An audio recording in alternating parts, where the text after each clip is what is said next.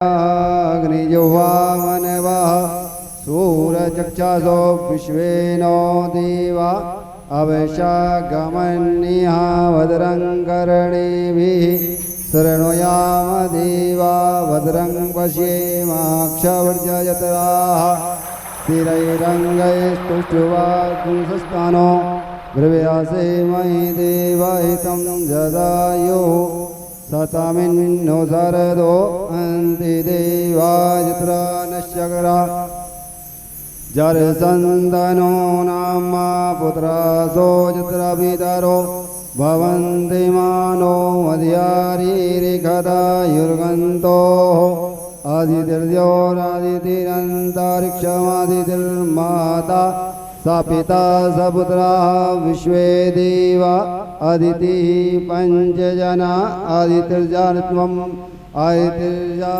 माद्योः शान्तिरन्तरिक्षकं शान्तिः पृथिवी शान्तिरापः शान्तिरोगदयः शान्तिः वनस्पतयः शान्तिर्विश्वे देवाः शान्ति ब्रह्म शान्तिः सर्वगं शान्तिः शान्तिरेव शान्तिः सामा शान्तिरेधि आरार्कृत्यम्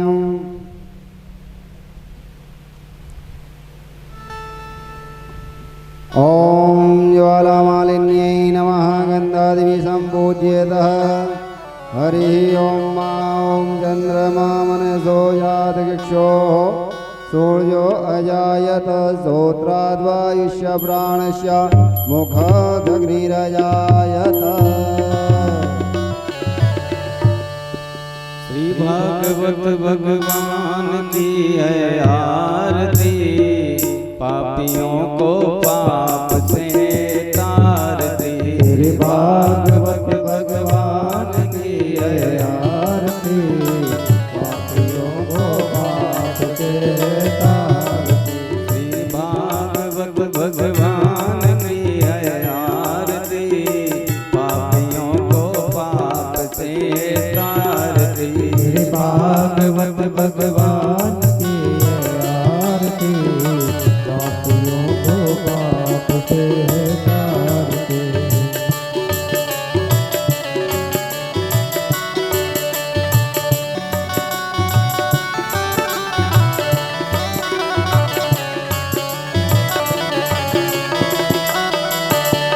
अमर ग्रंथ ये मुक्ति पंथ ये पंचम वेद निराला, नव ज्योति जगाने वाला।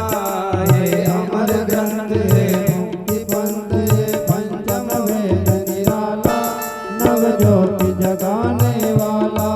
ये अमर ग्रंथ ये मुक्ति पंथ ये पंचम वेद निराला, नव ज्योति जगाने वाला। नव ज्योति जगाने वाला है, नव ज्योति जगाने वाला है। हरि नाम यही हरि ध्यान यही, हरि नाम यही हरि ध्यान यही, हरि नाम यही हरि ध्यान यही, हरि नाम यही हरि ध्यान यही। जग के मंगल की आरती, पापियों को पाप से तारती। श्री भागवत भगवान की है आरती, पापियों को पाप से तारती।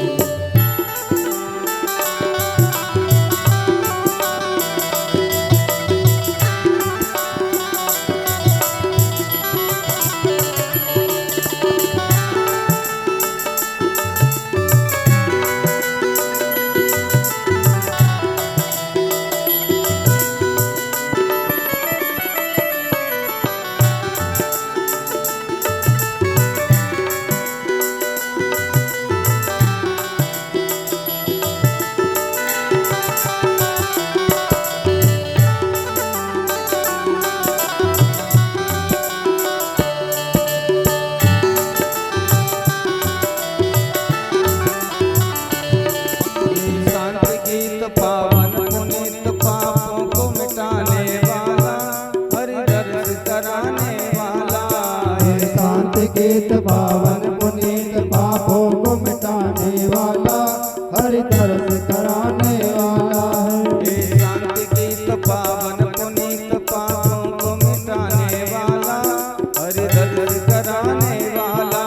हे शांत गीत पावन पुनीत पापों को मिटाने वाला, हरि दर्श कराने वाला है। हे सुख करणी हे दुख हरणी, हे सुख करणी हे दुख हरणी, हे सुख करणी हे दुख हरणी, हे सुख करणी हे दुख हरणी। श्री मधुसूदन की आरती, पापियों को पाप से तारती, श्री भागवत भागवत भगवान की आरती, पापियों को पाप से तारती।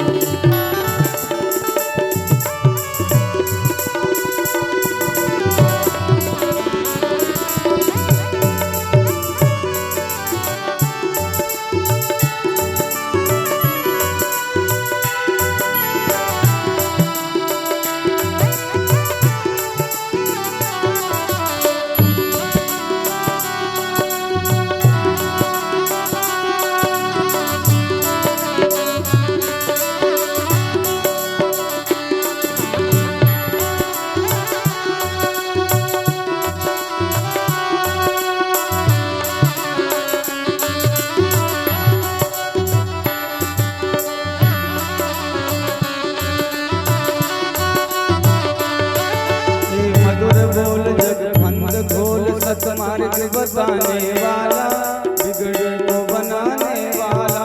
हे मधुर बोल नग पंथ खोल, सन्मार्ग जगाने वाला, बिगड़ी को बनाने वाला है। ये मधुर बोल जग फंद खोल, सतमार्ग बताने वाला, बिगड़े को बनाने वाला।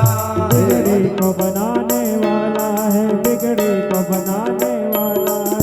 श्री राम यही घनश्याम यही, श्री राम यही घनश्याम यही, श्री राम यही घनश्याम यही, श्री राम यही घनश्याम यही। प्रभु की महिमा की आरती, पापियों को पाप से तारती, श्री भागवत भगवान की आरती, पापियों को पाप से तारती, पापियों को पाप से तारती, पापियों को पाप से तारती।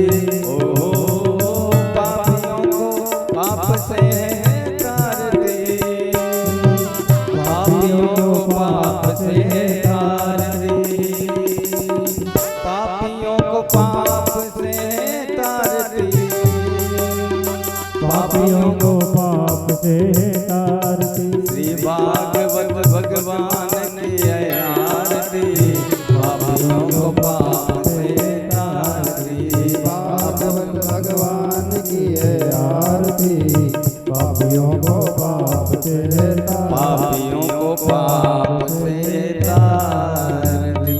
ओम यो शांतिरंतरिक्षं शांतिः पृथिवी शांतिरापः शांतिरोगदयः शांतिः वनस्पतयः शान्तिर्विश्वे देवाः शान्तिर्ब्रह्म शान्तिः सर्वगं शान्तिः शान्तिरेव शान्तिः समा शान्तिरेधि। पुष्पै देवाभिवन्दनं मा हरिः ओम ॐ यद्यमयजन्तदेवास्तानि धर्माणि प्रथमान्यासन्ना तेहनाकं महिमानः स चन्द्र यत्र पूर्वे साध्याः सन्ति देवाः। हरिः ओम नारायणाय विद्महे वासुदेवाय धीमहि तन्नो विष्णु प्रचोदयात्। हरिः ओम महालक्ष्म्यै च विद्महे विष्णुपत्न्यै च धीमहि तन्नो लक्ष्मी प्रचोदयात्। नानासुगन्धिपुष्पाणि यथा कालोद्भवानि च पुष्पाञ्जलिर्मया दत्त गृहाण परमेश्वरः। सुमन सुगन्धि सुमनयुत सुमन सुगन्धिवार पुष्पाञ्जलि अर्पण करो मेरे नाथ करो स्वीकार। ओम भूर्भुवः स्वः श्री लक्ष्मी नारायणाय नमः। मंत्र पुष्पांजलि समर्पयामि।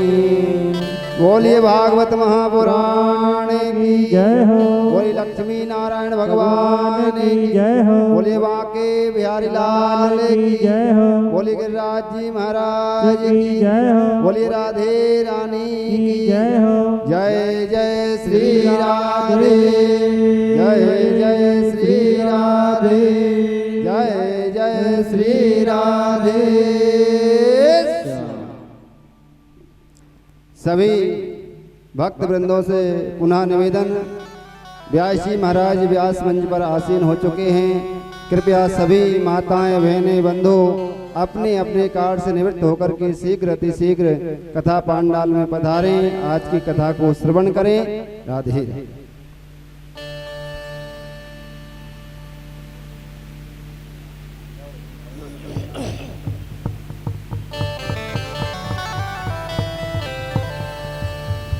श्री राधे राधे।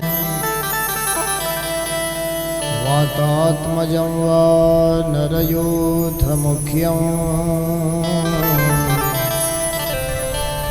श्रीरामदूतं शरणं प्रपद्ये।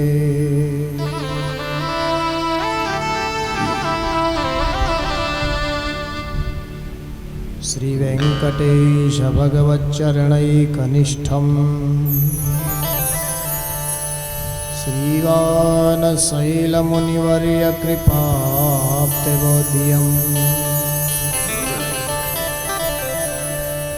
नारायणार्यपदपङ्कजचरीकम् रामप्रपन्न गुरुवर्यमहं भजामि।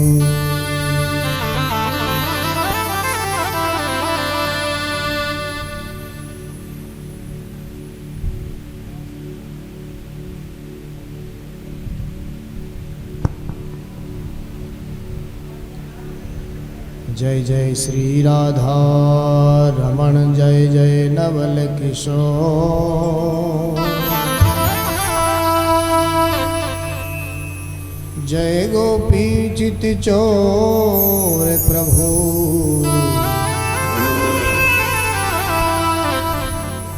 जय जय माखन चोर।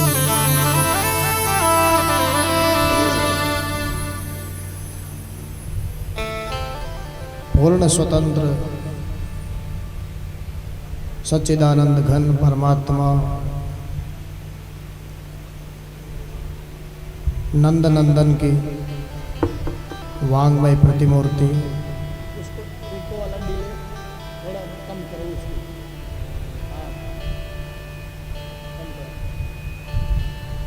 वांगमय प्रतिमूर्ति श्रीमद्भागवत महापुराण और प्यारे धर्मानुरागी बंधु बांधवों, माता बहनों से करवद्ध निवेदन, पावन कथा का समय हो चुका है। आप सभी से निवेदन, सब पधारें पावन कथा में। बेस कम करो, बेस प्रबल दो। कल सायंकालीन कथा प्रसंग में आप सब लोगों ने आनंद से राजा बलि की आकांक्षा मेरे परमात्मा ने पूर्ण करी। वामन बनकर के आए मेरे परमात्मा।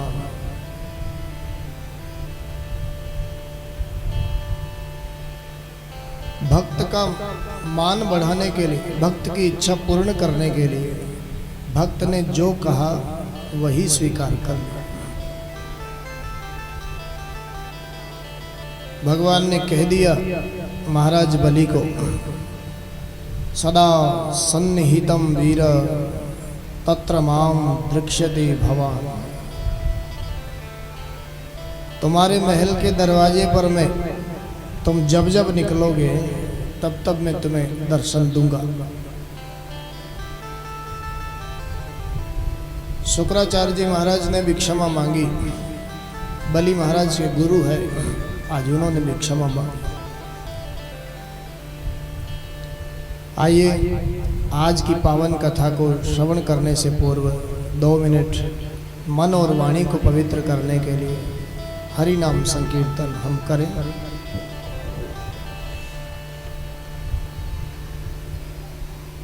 जो लोग आ चुके हैं उनका स्वागत है इस कथा पंडाल में। जो लोग अभी तक नहीं पधारे, कृपया उनसे भी निवेदन, अपने अपने गृह कार्यों से निवृत्त हो करके वे भी पधारे। आइए मन वाणी को पवित्र करने के लिए 2 मिनट भगवान का नाम, क्योंकि हमारे संतों ने कहा इस कथा को सुन करके समझने के लिए हमारे हृदय का, मन का पवित्र होना बहुत जरूरी है।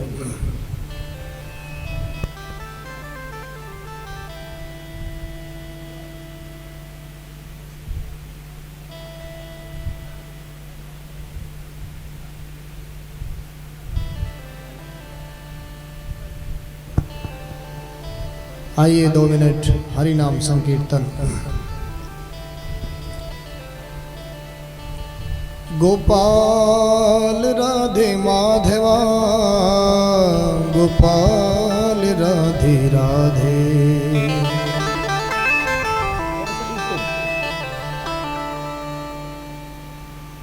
गोपाल राधे राधे, नंदलाल राधे राधे। जय राधे कृष्णा गोविंद गोपाल राधे राधे, राधे कृष्णा गोविंद गोपाल राधे राधे, राधे कृष्णा गोविंद गोपाल राधे राधे, राधे कृष्ण गोविंद गोपाल राधे राधे।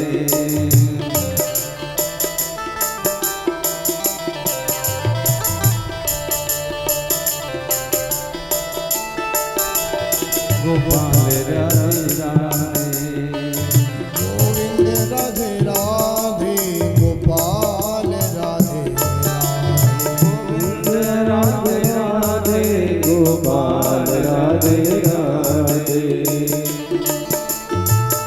गोपाल राधे राधे, गोपाल राधे राधे, गोपाल राधे राधे, गोपाल राधे राधे।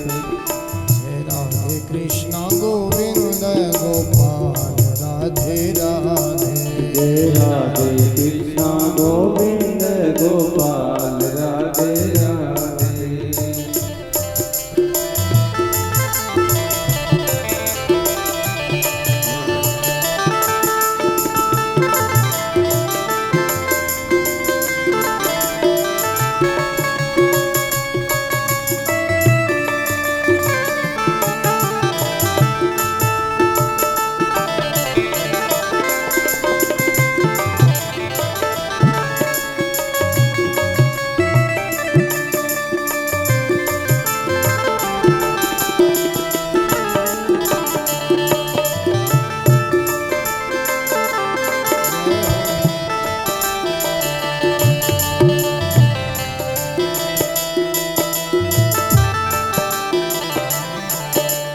गोपाल राधे राधे, नंदलाल राधे राधे, गोपाल राधे राधे, नंदलाल राधे राधे, गोपाल राधे राधे, गोपाल राधे राधे, गोपाल राधे राधे, नंदलाल राधे राधे। जय राधे कृष्णा गोविंद गोपाल राधे राधे, जय राधे कृष्ण गोविंद गोपाल राधे राधे।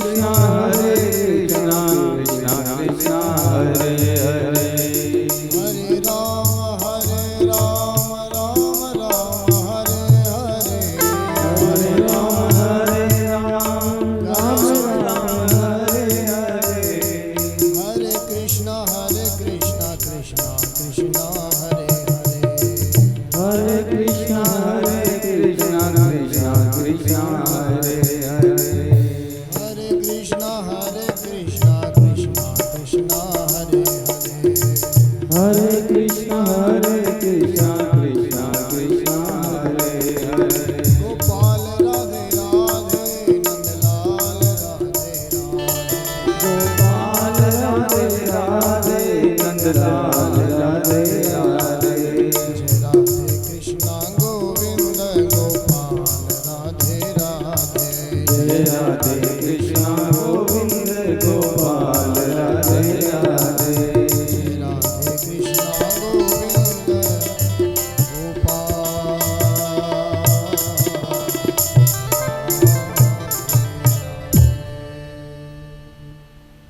बोलिए भक्तवत्सल भगवान की जय हो। भागवत भगवान की जय हो। सत्य सनातन धर्म की जय जय श्री राधे श्याम। आइए मन और वाणी को पवित्र करते हुए पावन कथा गंगा में हम प्रवेश करें।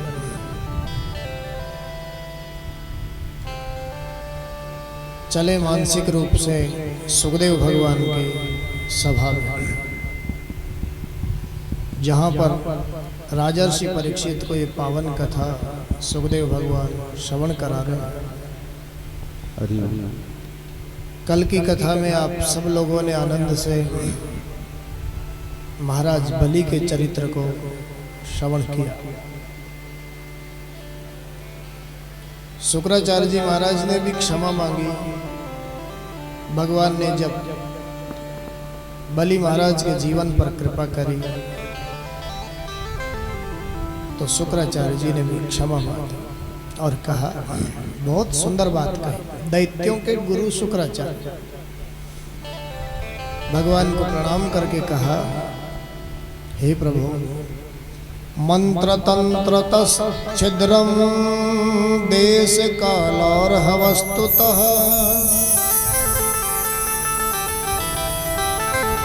सर्वं करोति निश्छिद्रम नाम संकीर्तनम तव।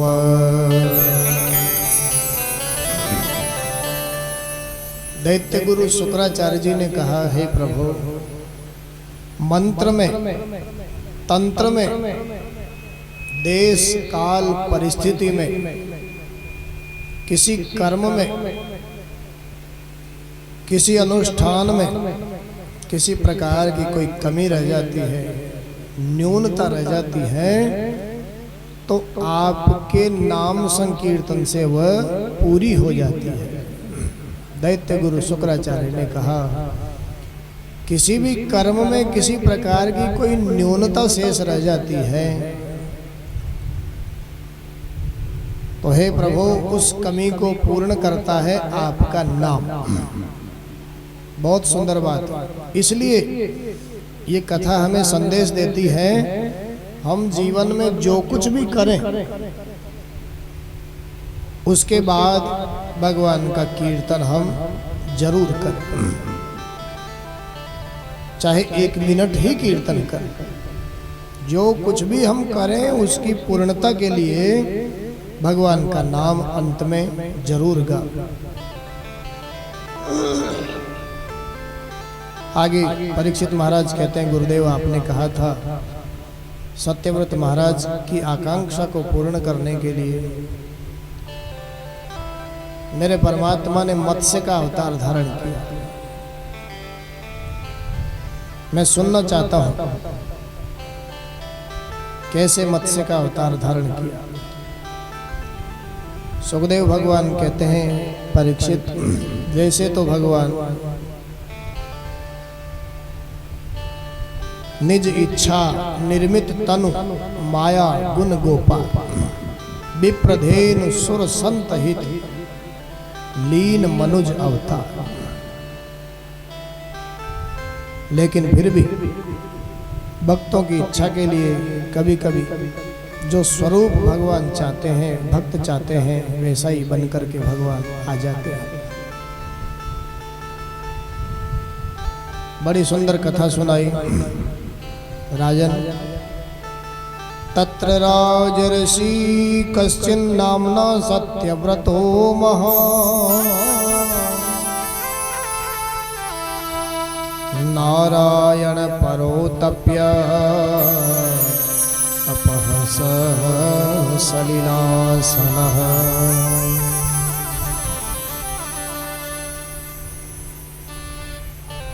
राजन, द्रविड़ देश के एक राजा जिनका नाम सत्यव्रत, सत्यव्रत महाराज ने परमात्मा नारायण का भजन किया, बहुत समय तक भजन किया।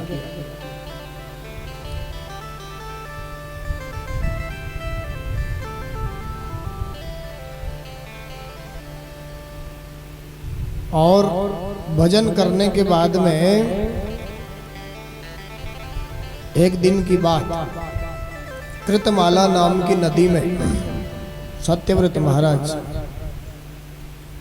सूर्य भगवान को अर्घ्य प्रदान करने के लिए अंजलि में जल लिया कृतमाला नाम की नदी में से। तब तक क्या देखा, एक मछली उनकी अंजलि में आ गई।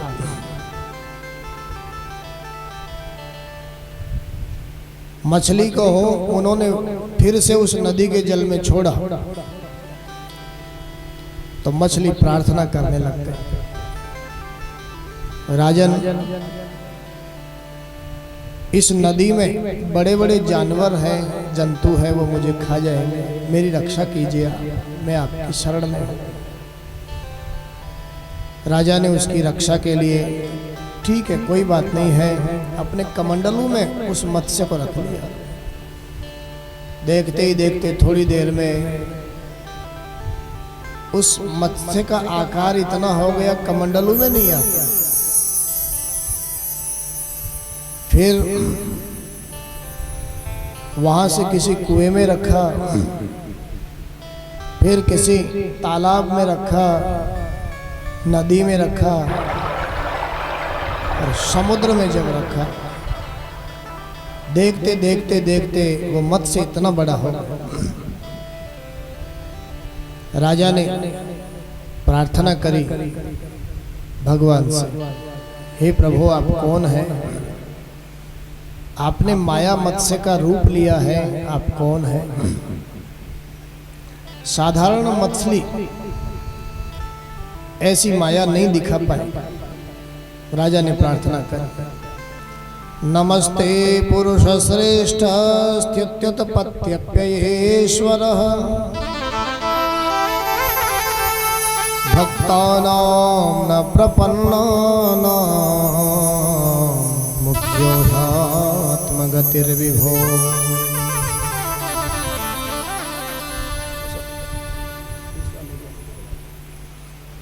हे प्रभु आप कौन हैं?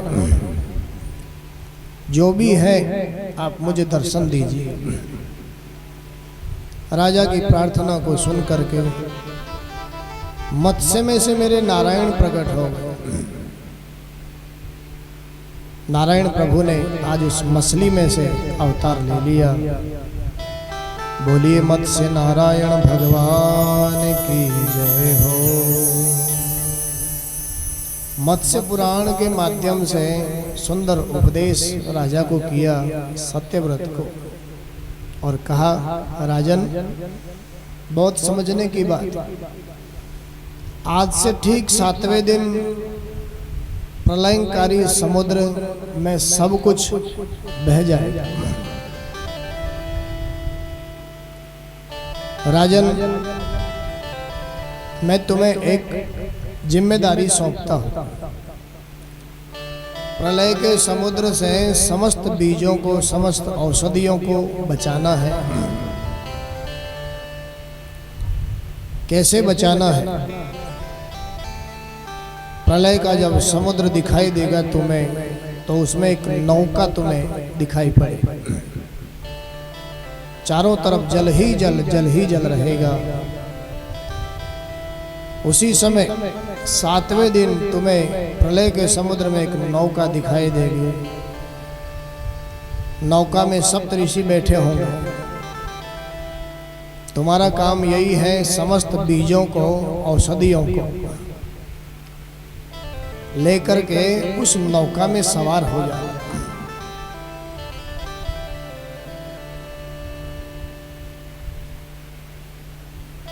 बीज को परमात्मा बचाते ही है, बीज कभी नष्ट नहीं होता किसी चीज का। नौका तुम्हारी डगमग होने लग जावे जब प्रलय कालीन समुद्र में, तो उस समय फिर मेरा दर्शन तुम्हें होगा प्रलय के समुद्र में, और मेरे मस्तक में मछली के स्वरूप में मेरे मस्तक पर एक सींग होगा। उस नौका की रस्सी को तुम उस सींग से बांध देना। राजा को सुंदर उपदेश कर दिया, और ठीक 7वें दिन के बाद में प्रलयंकारी समुद्र, चारों तरफ जल ही जल, जल ही जल। राजा को नौका का दर्शन हुआ, सप्तऋषियों का दर्शन हुआ। जैसे परमात्मा मत्स्य नारायण ने बताया था, ठीक वैसे का वैसे ही महाराज सत्यव्रत ने किया, और मत्स्य नारायण के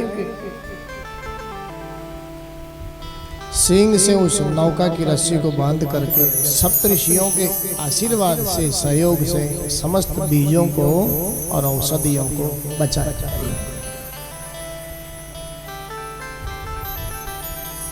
क्या कहती है ये कथा? भैया, यदि भव सागर से पार जाना चाहते हो तो अपने जीवन की जो डोरी है, जीवन की डोर को ठाकुर जी के चरणों से हम बांधे तो शायद हम भी भव सागर से पार हो पाए।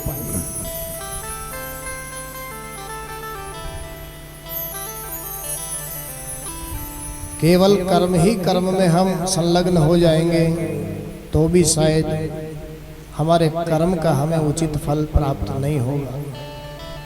कर्म तो प्रधान है, कर्म तो करना ही करना है, लेकिन कर्म कैसे करना है? ईश्वर को याद करते हुए कर्म करना है, तब जाकर के हमें उसका उचित फल मिलेगा।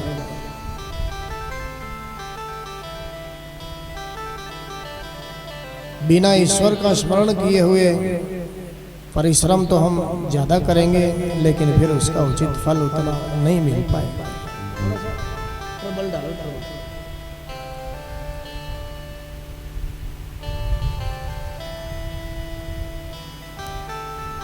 भगवान श्री कृष्ण गीता में अर्जुन से कहते हैं, भैया तुम्हारा कर्म है युद्ध करना, तुम युद्ध तो करो, लेकिन कैसे करो? माम अनुस्मर युद्ध च, तुम मेरा स्मरण करते हुए युद्ध करो।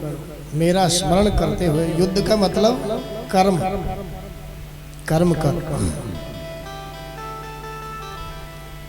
कर्म तो हम बहुत करते हैं, लेकिन शायद स्मरण भूल जाते हैं, इसलिए कभी कभी उचित फल हमें नहीं मिल पाता। बहुत प्रसिद्ध कथा आती है मथुरा के एक चौबे जी महाराज की। मथुरा के चौबे जी ने आज सायंकालीन समय में बहुत अच्छी बात सोची। पल्ली पार, जमुना के पल्ली पार जाकर के प्रातःकाल गोकुल में ब्रह्मांड घाट पर जाकर के स्नान करूंगा। और इसी लोभ के कारण मथुरा के विश्राम घाट पर नौका में सवार हो गए। नौका में सवार हुए, चौबे लोग मथुरा के भांग वांग छानते ही हैं, खूब उनका शौक है। सवार हो गए, शाम को ही नौका में सवार हो गए।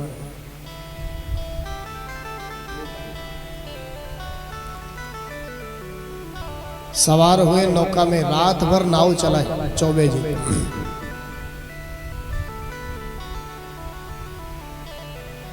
रात भर नाव चलाई, सुबेरा हो गए। सवेरा होते ही उन्होंने लोगों से पूछा, भैया ये कौन सी जगह है? लोगों ने कहा, महाराज ये तो विश्राम घाट है, मथुरा है। चौबे जी ने कहा, विश्राम घाट मथुरा? अरे भैया वहां से तो मैं शाम को ही चल चुका था और रात भर मैंने नाव चलाई, तो भी मैं मथुरा में ही हूँ, तो भी मैं विश्राम घाट पे ही हूँ। ऐसा कैसे हो सकता है? ऐसा नहीं हो सकता। लोगों ने कहा, महाराज बात ठीक है, आप शाम को ही चल चुके थे मथुरा से और रात भर आपने नाव भी चलाई है, ये भी बात सही है, लेकिन आपने नाव की रस्सी तो खोली ही नहीं महाराज। और नाव की रस्सी जब तक नहीं खोलो तो फिर रात भर क्या 2-4 दिन नाव चलाते रहो ना, नाव आगे बढ़ेगी ही नहीं, यहीं की यहीं रहेगी। तो भैया ठीक हमारी स्थिति भी यही की यही है। हम नाव तो जीवन भर चलाते हैं, लेकिन शायद उसकी रस्सी नहीं खोल पाते हैं। और रस्सी नहीं खुलती है नाव की, तो वो नाव वहीं की वहीं ठहरी रहती है। नाव तो जीवन भर चलाते हैं।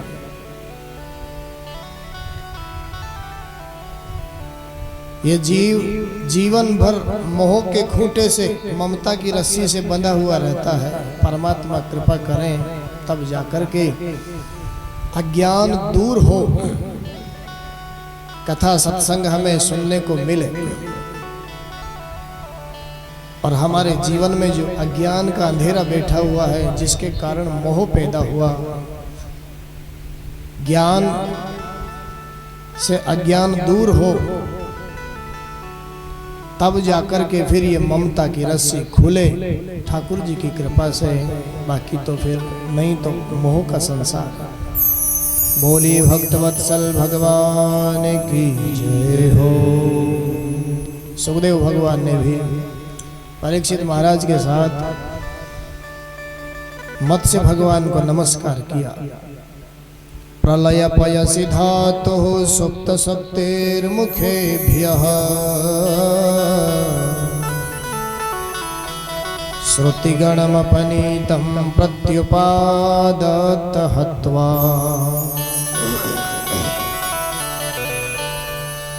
दितिजमकथयदयो ब्रह्म सत्यव्रतानां तमहमखिल हेतुं जिम्ममीनं नतोऽस्मि।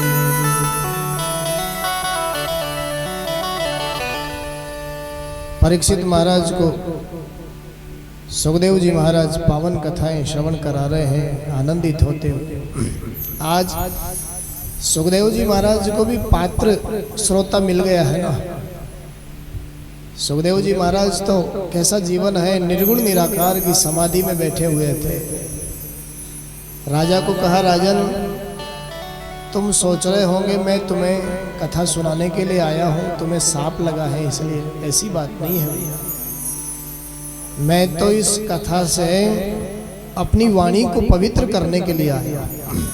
इस कथा से मेरी वाणी भी पवित्र होगी। सुनने वालों का तो कल्याण है जो है ही सही, लेकिन इस कथा से मेरी वाणी भी पवित्र होगी। गोस्वामी तुलसीदास जी महाराज ने इसीलिए तो रामचरितमानस का निर्माण किया है। निज गिरा पावन करण कारण राम जस तुलसी कहो।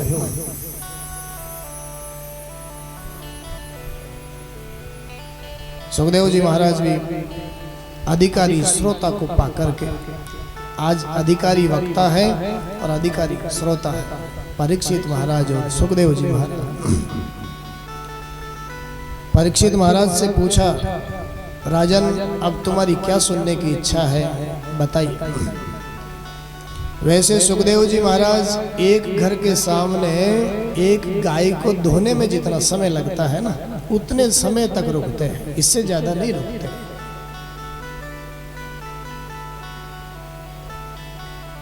एक गाय को धोने में ज्यादा से ज्यादा 5-7 मिनट लगता होगा, इससे ज्यादा रुकते ही नहीं है। लेकिन परीक्षित महाराज के यहाँ 7 दिन रुक गए वही सुखदेव भगवान। क्यों? क्योंकि प्रश्न पर प्रश्न जगत कल्याण के अच्छे अच्छे प्रश्न परीक्षित महाराज ने किए और इन प्रश्नों में ही सुखदेव महाराज उलझ गए, जा ही नहीं पाए। कहने लगे गुरुदेव अब मैं सूर्य वंश का वर्णन सुनना चाहता हूं, आपके मुखारविंद से सूर्य वंश का वर्णन मैं सुनना चाहता हूं। हो सके तो आप मुझे सूर्य वंश का वर्णन श्रवण कराएं। श्रूयता मानवो वंशः प्राचुर्येण परं तप न शक्यते विस्तरतो वक्तुं वर्षशतैरपि।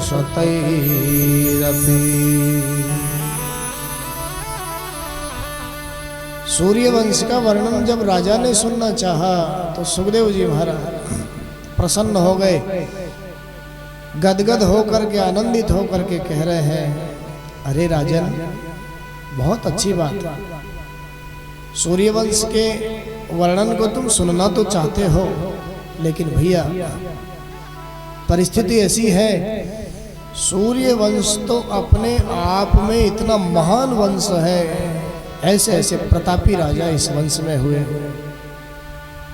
मैं क्या कहूं तुम्हें, ये ऐसा वंश महान वंश है, 100 वर्षों तक भी मैं तुम्हें सूर्य वंश की कथा सुनाता रहूं तो भी शायद इस वंश की कथा को पूर्ण नहीं कर पाऊंगा।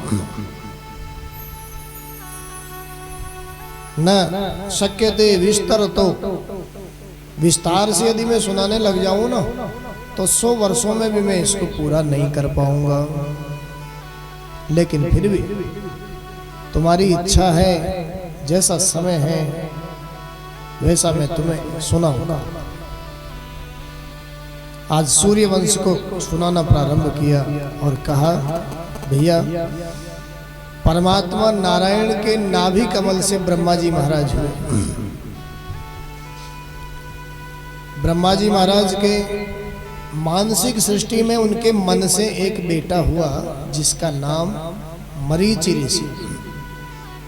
मरीचि ऋषि का जन्म ब्रह्मा जी के मन से हुआ, मानसिक सृष्टि।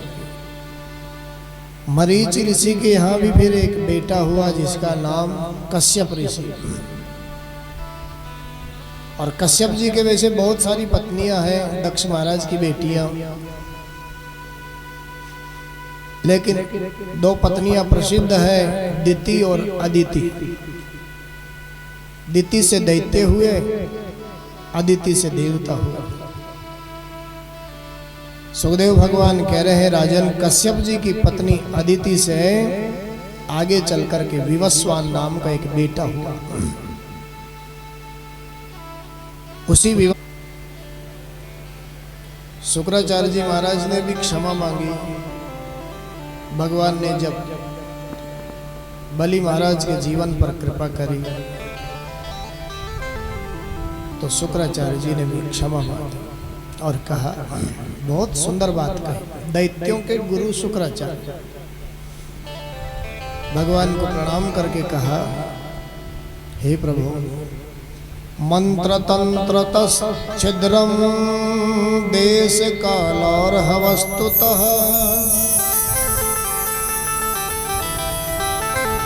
सर्वं करोति निश्छिद्रम नाम संकीर्तनम तव।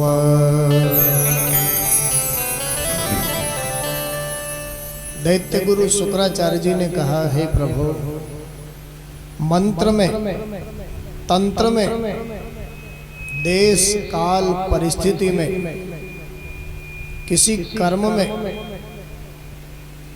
किसी अनुष्ठान में किसी प्रकार की कोई कमी रह जाती है, न्यूनता रह जाती है, तो आपके नाम संकीर्तन से वह पूरी हो जाती है। दैत्य गुरु शुक्राचार्य ने कहा, किसी भी कर्म में किसी प्रकार की कोई न्यूनता शेष रह जाती है तो हे प्रभु, उस कमी को पूर्ण करता है आपका नाम। बहुत सुंदर बात। इसलिए ये कथा हमें संदेश देती है, हम जीवन में जो कुछ भी करें उसके बाद भगवान का कीर्तन हम जरूर करें, चाहे 1 मिनट ही कीर्तन करें। जो कुछ भी हम करें उसकी पूर्णता के लिए भगवान का नाम अंत में जरूर गा। आगे परीक्षित महाराज कहते हैं, गुरुदेव आपने कहा था सत्यव्रत महाराज की आकांक्षा को पूर्ण करने के लिए मेरे परमात्मा ने मत्स्य का अवतार धारण किया। मैं सुनना चाहता हूं कैसे मत्स्य का अवतार धारण किया। सुखदेव भगवान कहते हैं, परीक्षित जैसे तो भगवान निज इच्छा निर्मित तनु माया गुण गोपा विप्रधेनु सुर संत हित लीन मनुज अवतार। लेकिन फिर भी भक्तों की इच्छा के लिए कभी कभी जो स्वरूप भगवान चाहते हैं, भक्त चाहते हैं, वैसा ही बनकर के भगवान आ जाते हैं। बड़ी सुंदर कथा सुनाई राजन। तत्र राजर्षि कश्चिन नामना सत्यव्रतो महान् नारायण परो तप्य अपहस सलिलासनः।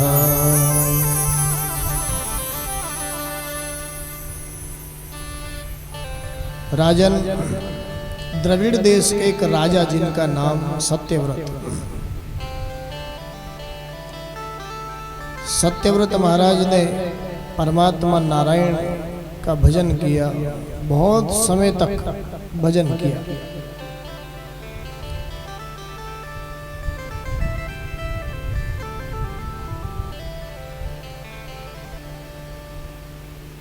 और भजन करने के बाद में एक दिन की बात, कृतमाला नाम की नदी में सत्यव्रत महाराज सूर्य भगवान को अर्घ्य प्रदान करने के लिए अंजलि में जल लिया कृतमाला नाम की नदी में से। तब तक क्या देखा, एक मछली उनकी अंजलि में आ गई।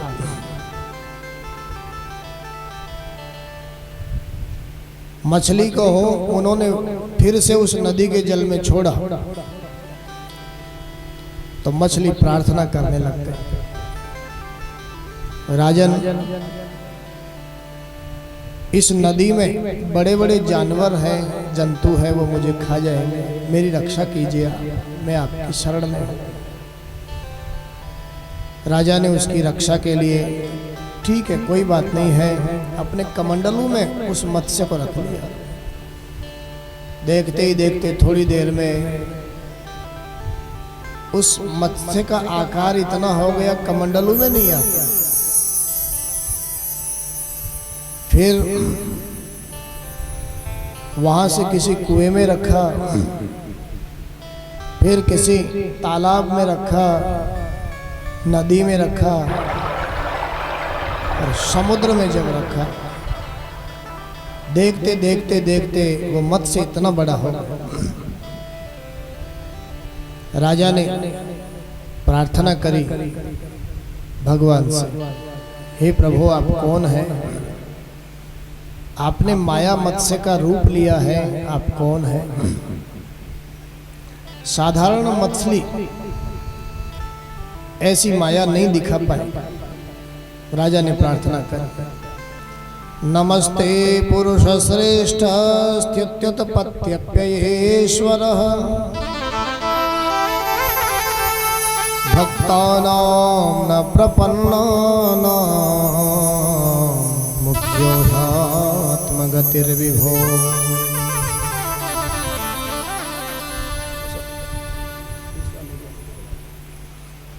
हे प्रभु आप कौन हैं? जो भी है आप मुझे दर्शन दीजिए। राजा की प्रार्थना को सुन करके मत्स्य में से मेरे नारायण प्रकट हो गए। नारायण प्रभु ने आज उस मछली में से अवतार ले लिया। बोलिए मत्स्य नारायण भगवान की जय हो। मत्स्य पुराण के माध्यम से सुंदर उपदेश राजा को किया, सत्यव्रत को, और कहा राजन बहुत समझने की बात, आज से ठीक 7वें दिन प्रलयंकारी समुद्र में सब कुछ बह जाएगा। राजन मैं तुम्हें एक जिम्मेदारी सौंपता हूं। प्रलय के समुद्र से समस्त बीजों को, समस्त औषधियों को बचाना है। कैसे बचाना है? प्रलय का जब समुद्र दिखाई देगा तुम्हें, तो उसमें एक नौका तुम्हें दिखाई पड़े। चारों तरफ जल ही जल, जल ही जल रहेगा। उसी समय 7वें दिन तुम्हें प्रलय के समुद्र में एक नौका दिखाई देगी। नौका में सप्तऋषि बैठे होंगे। तुम्हारा काम यही है, समस्त बीजों को, औषधियों को लेकर के उस नौका में सवार हो जाओ।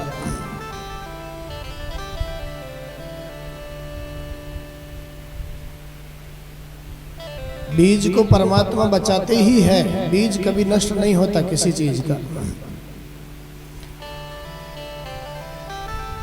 नौका तुम्हारी डगमग होने लग जावे जब प्रलय कालीन समुद्र में, तो उस समय फिर मेरा दर्शन तुम्हें होगा प्रलय के समुद्र में, और मेरे मस्तक में, मछली के स्वरूप में मेरे मस्तक पर एक सींग होगा।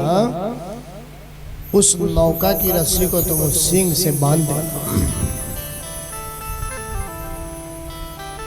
राजा को सुंदर उपदेश कर दिया, और ठीक 7वें दिन के बाद में प्रलयंकारी समुद्र, चारों तरफ जल ही जल, जल ही जल। राजा को नौका का दर्शन हुआ, सप्तऋषियों का दर्शन हुआ। जैसे परमात्मा मत्स्य नारायण ने बताया था, ठीक वैसे का वैसे ही महाराज सत्यव्रत ने किया, और मत्स्य नारायण के सींग से उस नौका की रस्सी को बांध करके सप्तऋषियों के आशीर्वाद से, सहयोग से समस्त बीजों को और औषधियों को बचाया।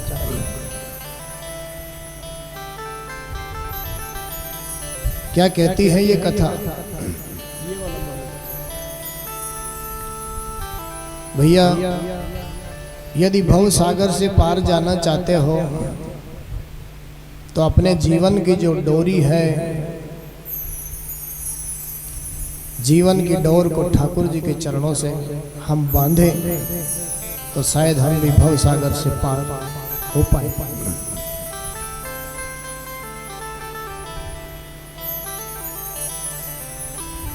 केवल कर्म ही कर्म में हम संलग्न हो जाएंगे, तो भी शायद हमारे कर्म का हमें उचित फल प्राप्त नहीं होगा। कर्म तो प्रधान है, कर्म तो करना ही करना है,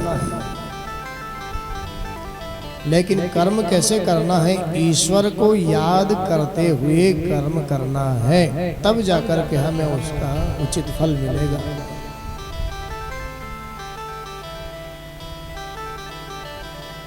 बिना ईश्वर का स्मरण किए हुए परिश्रम तो हम ज़्यादा करेंगे, लेकिन फिर उसका उचित फल उतना नहीं मिल पाएगा।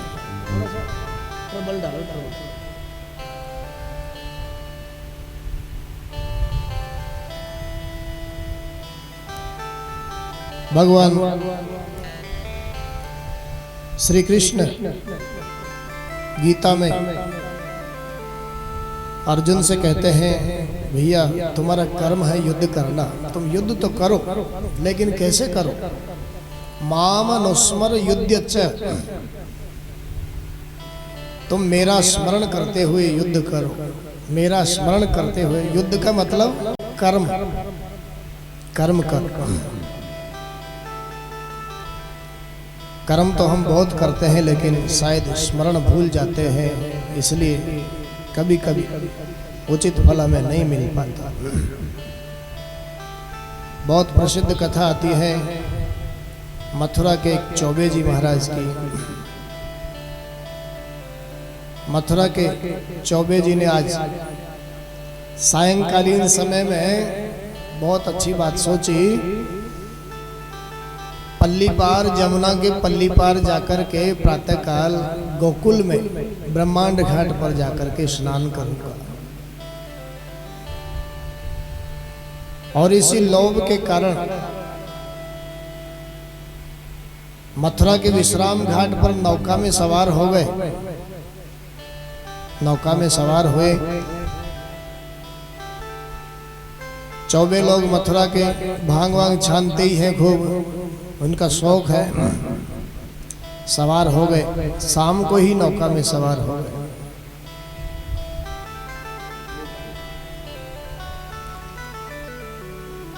सवार हुए नौका में, रात भर नाव चलाए चौबे जी।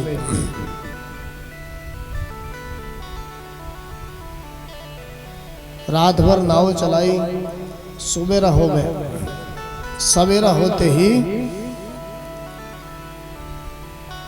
उन्होंने लोगों से पूछा, भैया ये कौन सी जगह है? लोगों ने कहा, महाराज ये तो विश्राम घाट है, मथुरा है। चौबे जी ने कहा, विश्राम घाट मथुरा? अरे भैया वहां से तो मैं शाम को ही चल चुका था और रात भर मैंने नाव चलाई, तो भी मैं मथुरा में ही हूँ, तो भी मैं विश्राम घाट पे ही हूँ। ऐसा कैसे हो सकता है? ऐसा नहीं हो सकता। लोगों ने कहा, महाराज बात ठीक है, आप शाम को ही चल चुके थे मथुरा से और रात भर आपने नाव भी चलाई है, ये भी बात सही है, लेकिन आपने नाव की रस्सी तो खोली ही नहीं महाराज। और नाव की रस्सी जब तक नहीं खोलो तो फिर रात भर क्या 2-4 दिन नाव चलाते रहो ना, नाव आगे बढ़ेगी ही नहीं, यहीं की यहीं रहेगी। तो भैया ठीक, हमारी स्थिति भी यही की यही है। हम नाव तो जीवन भर चलाते हैं लेकिन शायद उसकी रस्सी नहीं खोल पाते हैं। और रस्सी नहीं खुलती है नाव की तो वो नाव वहीं की वहीं ठहरी रहती है। नाव तो जीवन भर चलाते हैं।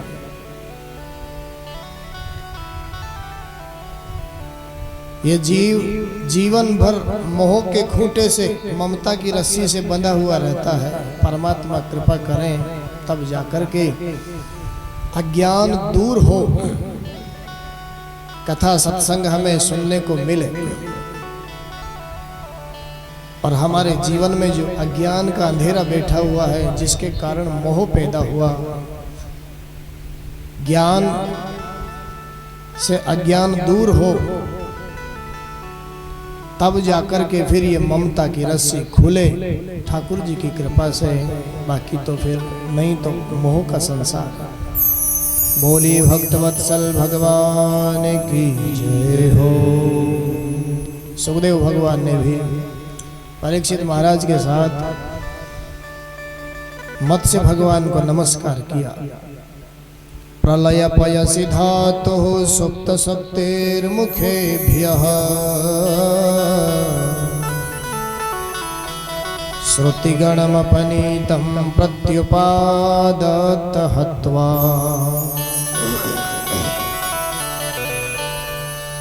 दितिजमकथयदयो ब्रह्म सत्यव्रतानां तमहमखिल हेतुं जिम्ममीनं नतोऽस्मि।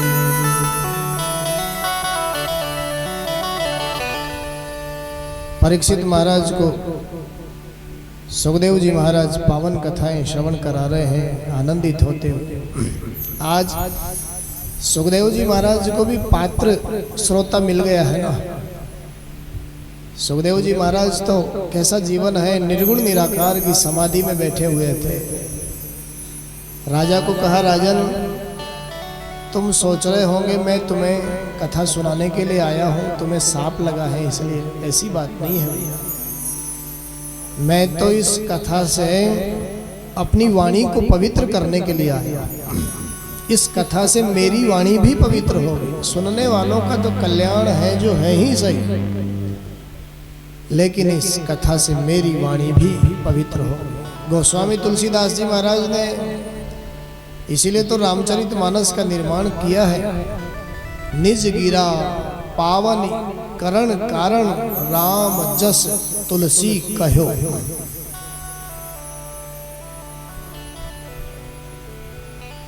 सुखदेव जी महाराज भी अधिकारी श्रोता को पाकर के, आज अधिकारी वक्ता है और अधिकारी श्रोता है, परीक्षित महाराज और सुखदेव जी महाराज। परीक्षित महाराज से पूछा, राजन अब तुम्हारी क्या सुनने की इच्छा है, बताइए। वैसे सुखदेव जी महाराज एक घर के सामने एक गाय को धोने में जितना समय लगता है ना, उतने समय तक रुकते हैं, इससे ज्यादा नहीं रुकते।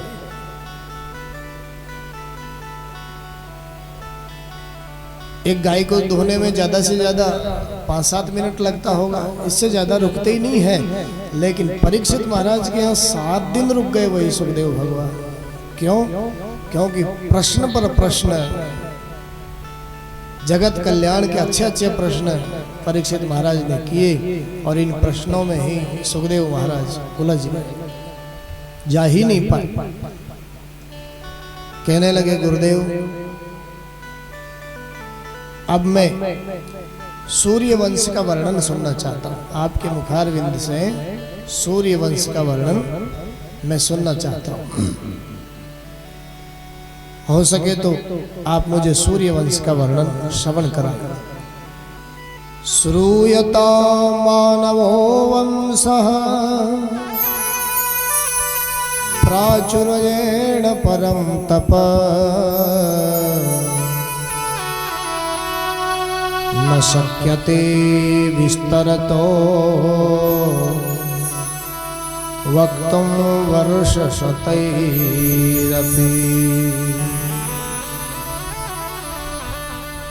सूर्यवंश का वर्णन जब राजा ने सुनना चाहा तो सुखदेव जी महाराज प्रसन्न हो गए, गदगद होकर के, आनंदित होकर के कह रहे हैं, अरे राजन बहुत अच्छी बात है, सूर्यवंश के वर्णन को तुम सुनना तो चाहते हो, लेकिन भैया परिस्थिति ऐसी है, सूर्यवंश तो अपने आप में इतना महान वंश है, ऐसे ऐसे प्रतापी राजा इस वंश में हुए।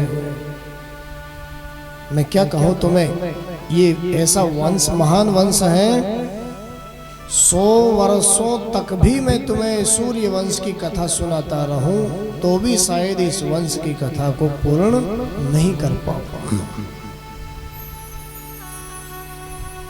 न शक्यते विस्तर, तो विस्तार से यदि मैं सुनाने लग जाऊं ना तो 100 वर्षों में भी मैं इसको पूरा नहीं कर पाऊंगा। लेकिन फिर भी तुम्हारी इच्छा है, जैसा समय है वैसा मैं तुम्हें सुनाऊंगा। आज सूर्य वंश को सुनाना प्रारंभ किया और कहा, भैया परमात्मा नारायण के नाभि कमल से ब्रह्मा जी महाराज हुए। ब्रह्मा जी महाराज के मानसिक सृष्टि में उनके मन से एक बेटा हुआ जिसका नाम मरीचि ऋषि। मरीचि ऋषि का जन्म ब्रह्मा जी के मन से हुआ, मानसिक सृष्टि। मरीचि ऋषि के यहाँ भी फिर एक बेटा हुआ जिसका नाम कश्यप ऋषि। और कश्यप जी के वैसे बहुत सारी पत्नियां हैं, दक्ष महाराज की बेटियां,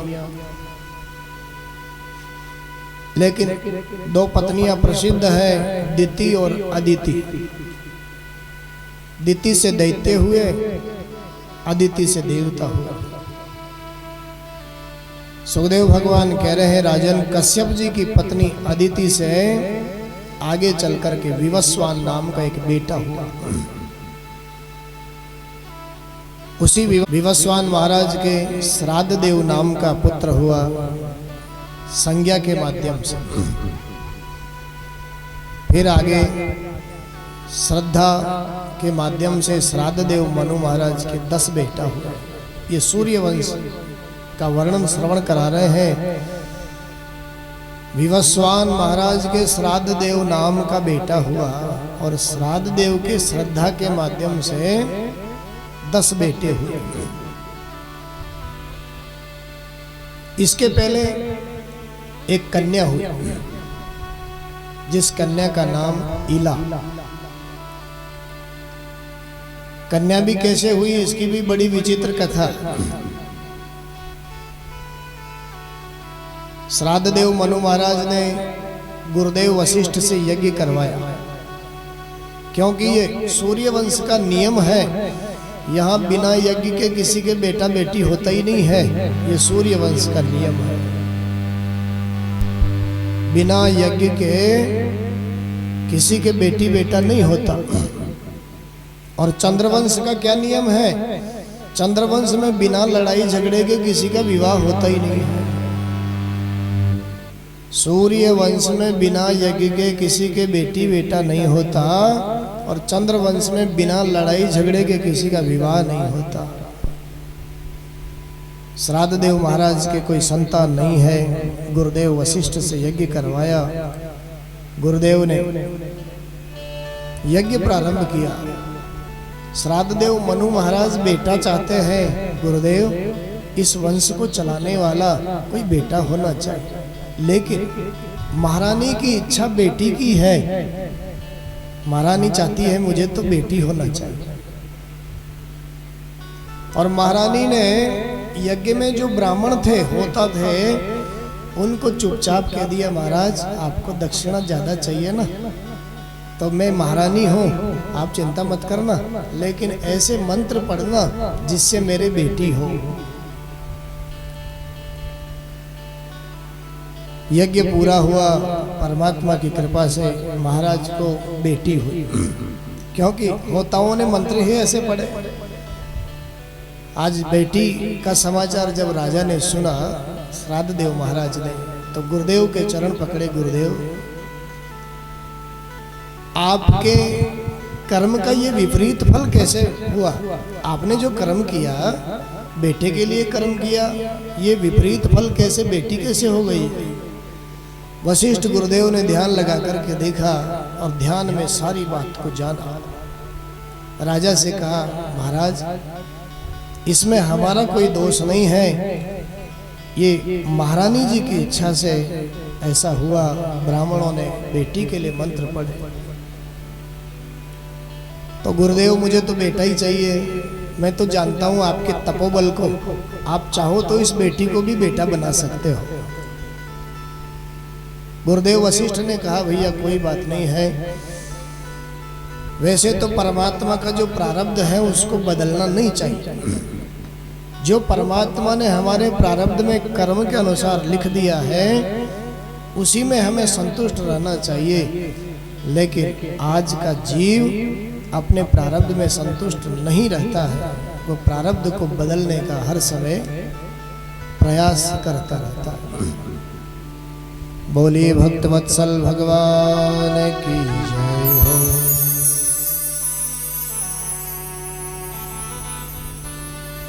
राजा के आग्रह के आगे वशिष्ठ गुरुदेव को झुकना पड़ा और वशिष्ठ गुरुदेव ने अपने तपोबल से उस बेटी को बेटा बना दिया।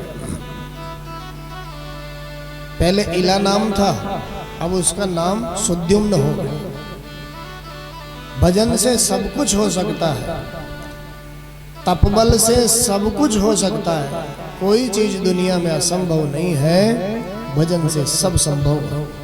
बोलिए भक्तवत्सल भगवान की जय हो। गुरुदेव ने अपने तपबल से उस इला नाम की कन्या को बेटा बना दिया, नाम हो गया सुद्युम्न। लेकिन होनी को कौन टाले भैया? होनी है सो होएगी, अनहोनी ना होए। थोड़ा बड़ा हुआ वो बेटा, और बड़ा हो करके घोड़े पर बैठ करके सेना के सहित आज भ्रमण करता हुआ भगवान शंकर के इलावर्त खंड में उसने प्रवेश कर लिया।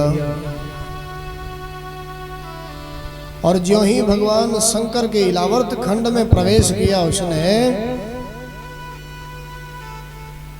उसका जीवन ही विपरीत हो गया।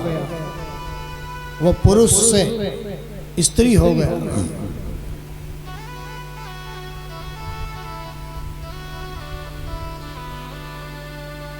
भगवान शिव को प्रणाम किया और कारण जाना। सुखदेव भगवान ने कहा परीक्षित से राजन, वो पुरुष से स्त्री इसलिए हो गया, भगवान शिव ने इलावर्त खंड की सीमा को प्रतिबंधित कर रखा है। मेरी आज्ञा के बिना इस क्षेत्र में जो कोई भी प्रवेश करेगा वह पुरुष से स्त्री हो जाएगा।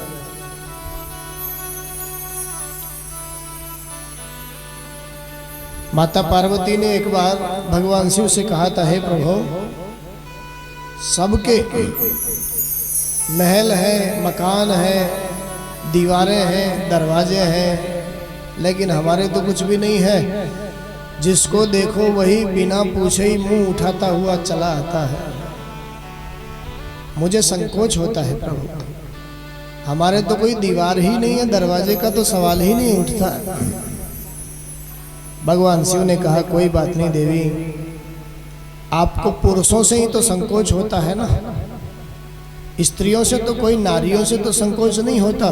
माता पार्वती ने कहा हाँ प्रभु, मुझे नारियों से कोई संकोच नहीं है।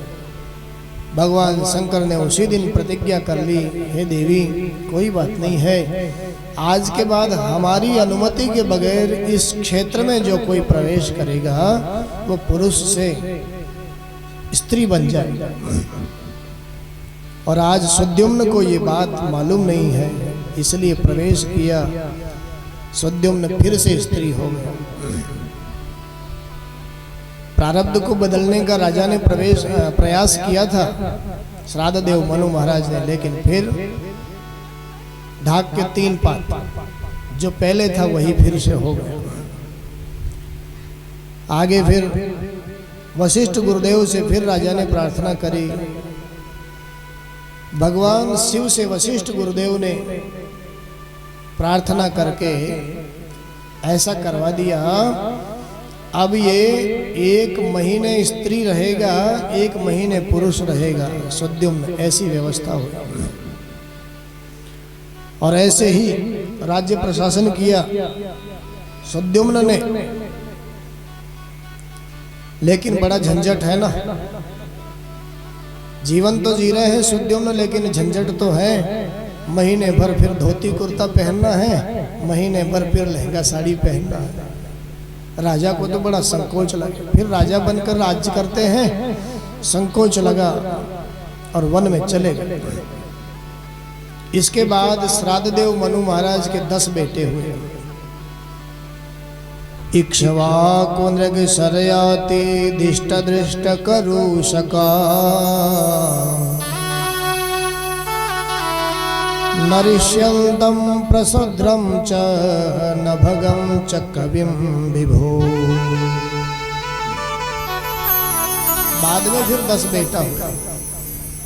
सबसे बड़े बेटे का नाम इक्ष्वाकु महाराज, फिर नृग महाराज, फिर शरयाति महाराज। दिष्ट दृष्ट करूष नरिष्यंत प्रसद्र नभग और कवि, ये 10 बेटा हुआ। एक से एक प्रतापी राजा हुए, 10 के 10। इक्ष्वाकु महाराज के वंश में ही आगे खटवांग महाराज हुए। खटवांग महाराज ने भगवान का कीर्तन करके, सत्संग करके 2 ही घड़ी में अपने जीवन को, अपनी मृत्यु को सुधार लिया, भगवान के धाम को प्राप्त किया। और नृग महाराज का चरित्र हम आगे श्रवण करेंगे 10वें स्कंद में, भगवान कृष्ण की कथाओं में। एक से एक प्रतापी राजा हुआ। शरयाति महाराज के यहाँ भी फिर एक कन्या उत्पन्न हुई जिसका नाम सुकन्या।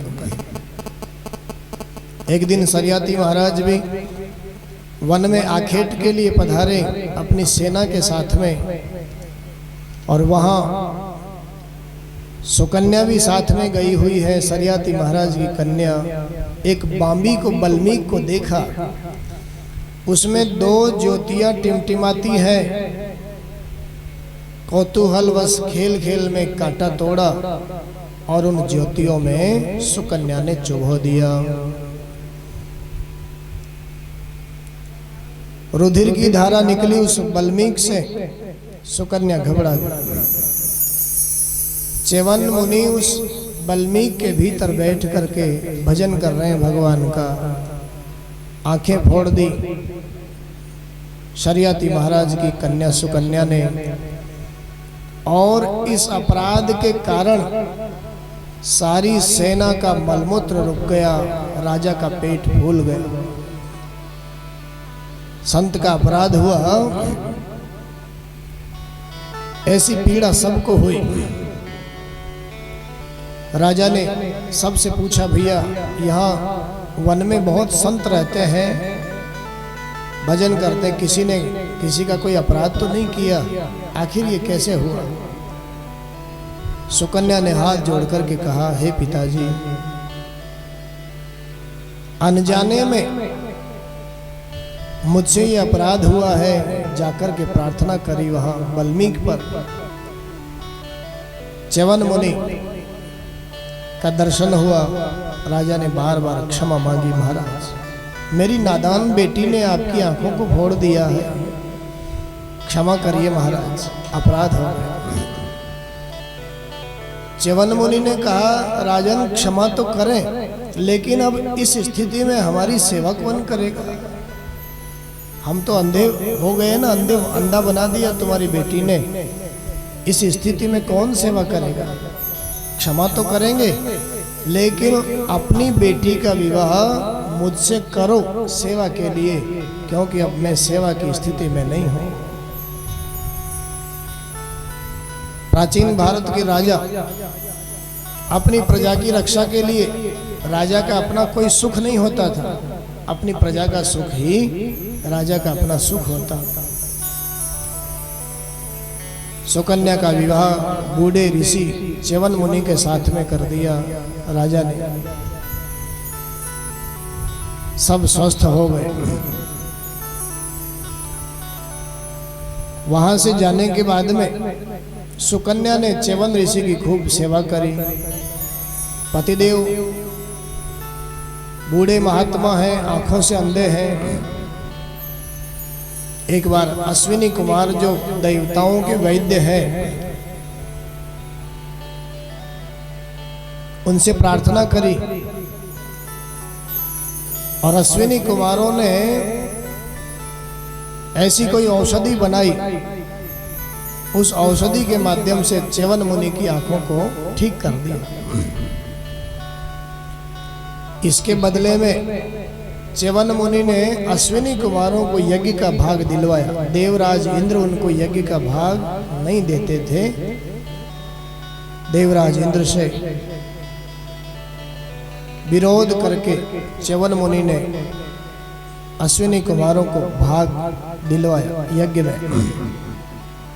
प्रेम सरोवर में गोता लगाया अश्विनी कुमारों के साथ में च्यवन मुनि ने, और 3 पुरुष उसमें से दिव्य पुरुष निकले। अश्विनी कुमारों ने सुकन्या से कहा, देवी हम तीनों में से जो भी आपका पति हो, आप उसे पहचान लीजिए। अब बूढ़े महात्मा तो दिव्य देह धारण कर चुके थे उस प्रेम सरोवर में गोता लगाने के कारण। अश्विनी कुमारों की कृपा से पहचान ही नहीं पा रही है सुकन्या, तीनों में से कौन मेरे पति है, क्या करूं मैं? अपने पातिव्रत्य को मैं कैसे सुरक्षित रखूं? हाथ जोड़कर के प्रार्थना करी, हे अश्विनी कुमारों, मैं तो आपसे यही प्रार्थना करती हूँ, आप तीनों में से मेरे जो पति हों वो मेरे पास आ जाइए। पातिव्रत्य सुरक्षित रहा, अश्विनी कुमारों को यज्ञ का भाग दिलवाया और आनंद से सुकन्या का जीवन आगे चला। सुखदेव भगवान वर्णन कर रहे हैं, राजन, एक दिन सरियाती महाराज आए अपनी बेटी का हाल चाल जानने के लिए। देखें तो सही, बेटी को बूढ़े महात्मा के साथ विवाह करके आए थे। क्या हाल चाल था। यहां देखा बेटी तो किसी दिव्य देह धारण करके नव युवक के साथ में है। राजा ने भला बुरा कहा, बेटी तुमने किस कुल में जन्म लिया और तुमने ये सब क्यों किया? बूढ़े महात्मा को तुमने छोड़ दिया जिसके साथ मैंने विवाह किया और किसी और का संग ले लिया। लेकिन सुकन्या कहती है, महाराज, हे पिताजी, जिनके साथ आप विवाह करके गए थे ये वही महात्मा है। सारी कथा को सुनाया। सरियाती महाराज प्रसन्न हो गए, आशीर्वाद दिया बेटी को। आगे फिर इन्हीं के यहाँ रैवत महाराज हुए। रैवत महाराज के पोती रेवती से बलराम जी महाराज का विवाह हुआ। इसी वंश में दूसरे बेटे फिर आगे नभग महाराज। नभग महाराज के नाभाग महाराज हुए। नाभाग महाराज गुरुकुल में चले गए विद्या अध्ययन करने के लिए। गुरुकुल में विद्या अध्ययन करके लौट करके आए, तब तक इनके भाइयों ने पिताजी की सारी संपत्ति का बंटवारा कर लिया।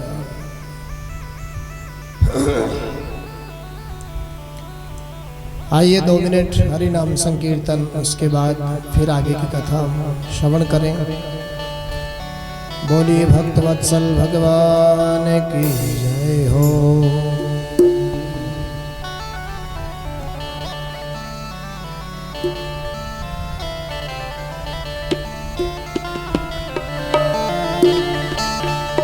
श्री बांके बिहारी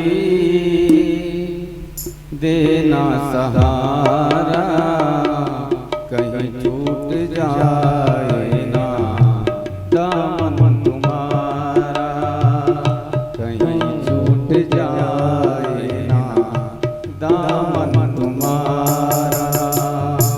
बांके बिहारी हमको देना सहारा, बांके बिहारी हमको देना सहारा, कहीं छूट जाए ना दामन हमारा, कहीं छूट जाए ना दामन हमारा।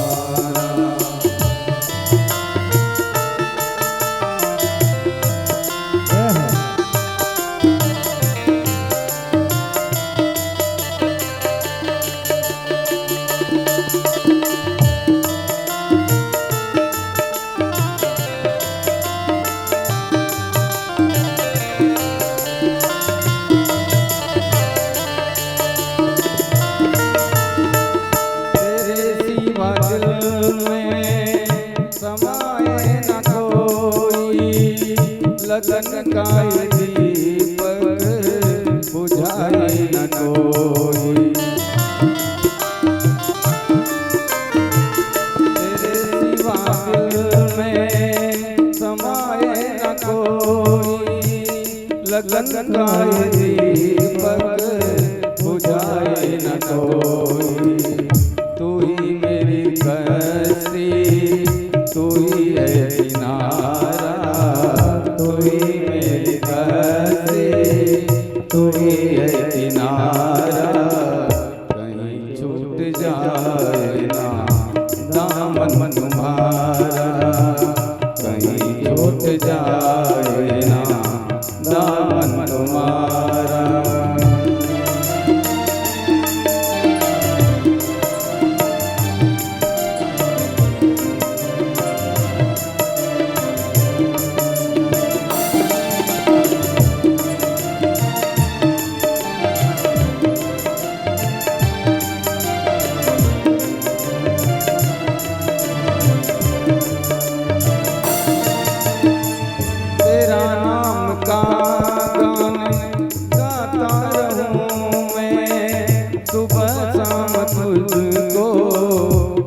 गाता रहूं मैं। तेरे नाम का गान गाता रहूं मैं, सुबह शाम तुमको रिझाता रहूं मैं। तेरा नाम मुझको है प्राणों से प्यारा, तेरा नाम मुझको है प्राणों से प्यारा। कहीं छूट जा